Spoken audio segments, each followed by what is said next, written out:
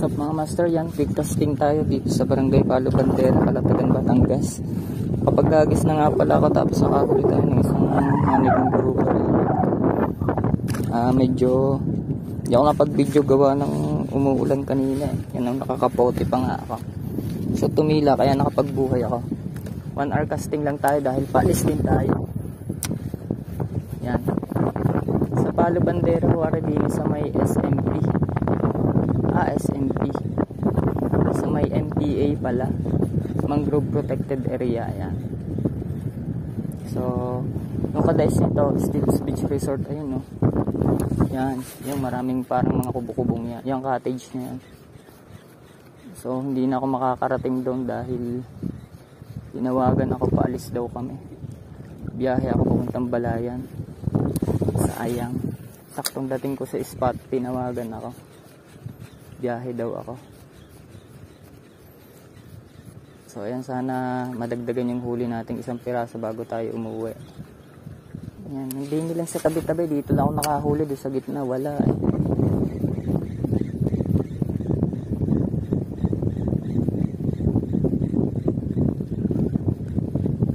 Week casting, kagat kayo. Huwag na tayo dyan sa may damuhan, dito tayo sa may mabato-bato para siguradong may labo-labo. Sa Lunis pa yung magandang low tide talaga. Yun, fish on mga master. Oh, yun, lapo-lapo na naman. Okay, butiki yata, malakas tumikdik eh. Oh, master. Ay, honeycomb, ang laki mga master. Oh, honeycomb grouper na naman. Aba, ayos nga habang tayo naglalakad. Oh, aba mga master. Haha. Yan, mga master, nakadalawa na tayo yan. Naghahanap ako ng batong matutungtungan, wala tayong matungtungan at medyo baka maabot na naman yung cellphone natin, mababasa eh. Wala na naman tayong pang-video nito. Yan, ara nakakita akong batong matutungtungan, sayang. Sarap sanang hagisan din at baka may lapo-lapo. Yan, yun, yan mga master, padalwa na.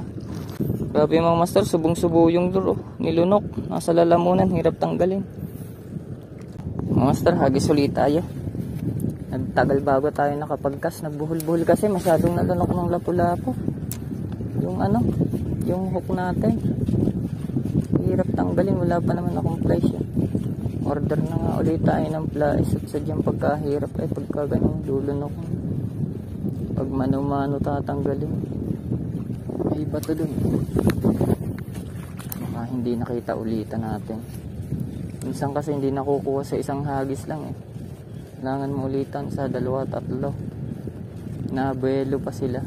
Pag hindi makuha sa slow retrieve, fast retrieve, yan, wala talaga. 3 hagis, subok. Sayang kasi yung batong yun. May nakatago lang din sa tabing yun. Yun, ay, strike mga master. Sumahit lang yan. Huwag na nga, wala tayo sa malayo. Tayo naghahabol ng oras.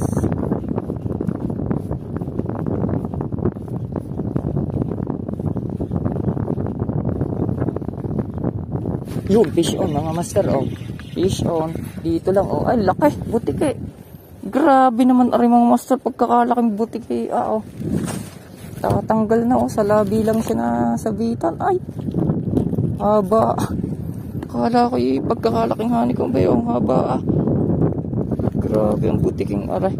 Yapang uwi, masarap daw, jambulitog. Jambulitog na butiki. Jambulitog na butiki. Ay, nadali sa slow retrieve si Basagaw. Ito nyo naman ang itsura, nakakatakot to.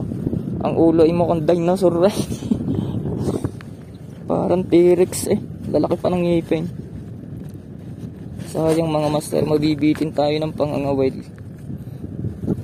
Sana ako'y hanggang 2:00 eh, kaso mo ay parang ang nangyari hanggang 12:00 lang. Sayang mga master. Siguradong makagat pa naman ngayong gawa ng makulimlim eh. Hindi masyadong mainit ang mga isda, ilutang niya. Pag mainit nakalubog na sila. Alis na ulit tayo mga master. Butike, putok eh.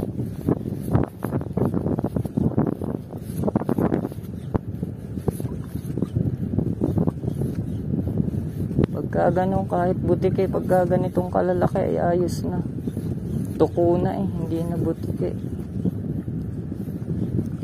Pwede na mga master sa lalaki. Pag may 5 peraso kay ulam na sa lalaki. Hindi na pampusa, pantao na.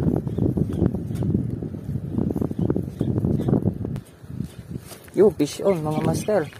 Oh, sabi sa inyo eh. Kaya to. Oh, butike. Bah, fish on, ano to? Aba, mga master, oh, isang ba to? Literal na ba to? Butik ko yan. Literal na ba to, pucha? Nakakatawa yung isang yun na.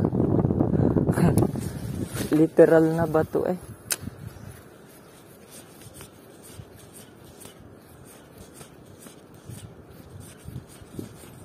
Literal na bato, hindi islang bato. Yung mga master, tayo ay nag-uunti-unti ng patabi. At pauwi na tayo. Sayang, bitin ang ating fishing. Halos 1 oras lang, wala pa yung ating naipagkan eh. Naihagis.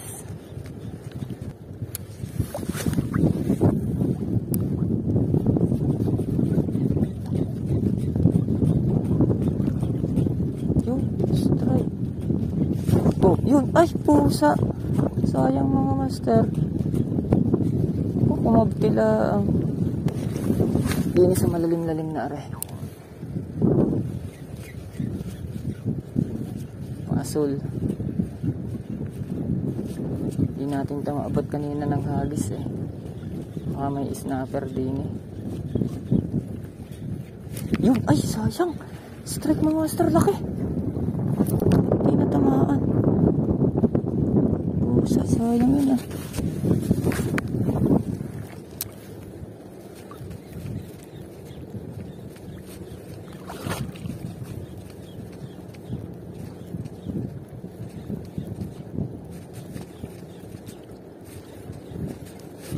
Fish on mga master oh. Lapu-lapo. Yung honeycomb mga master yan. Honeycomb grouper. Nadagdagan pa nga ng isa bago tayo umuwi oh. Gusto ko snapper eh. Subong-subo mga master. Gutom talaga mga isda ngayon oh.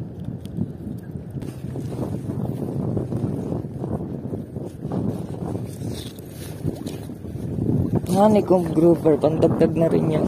Kahit juvenile size mga master. Pwede na.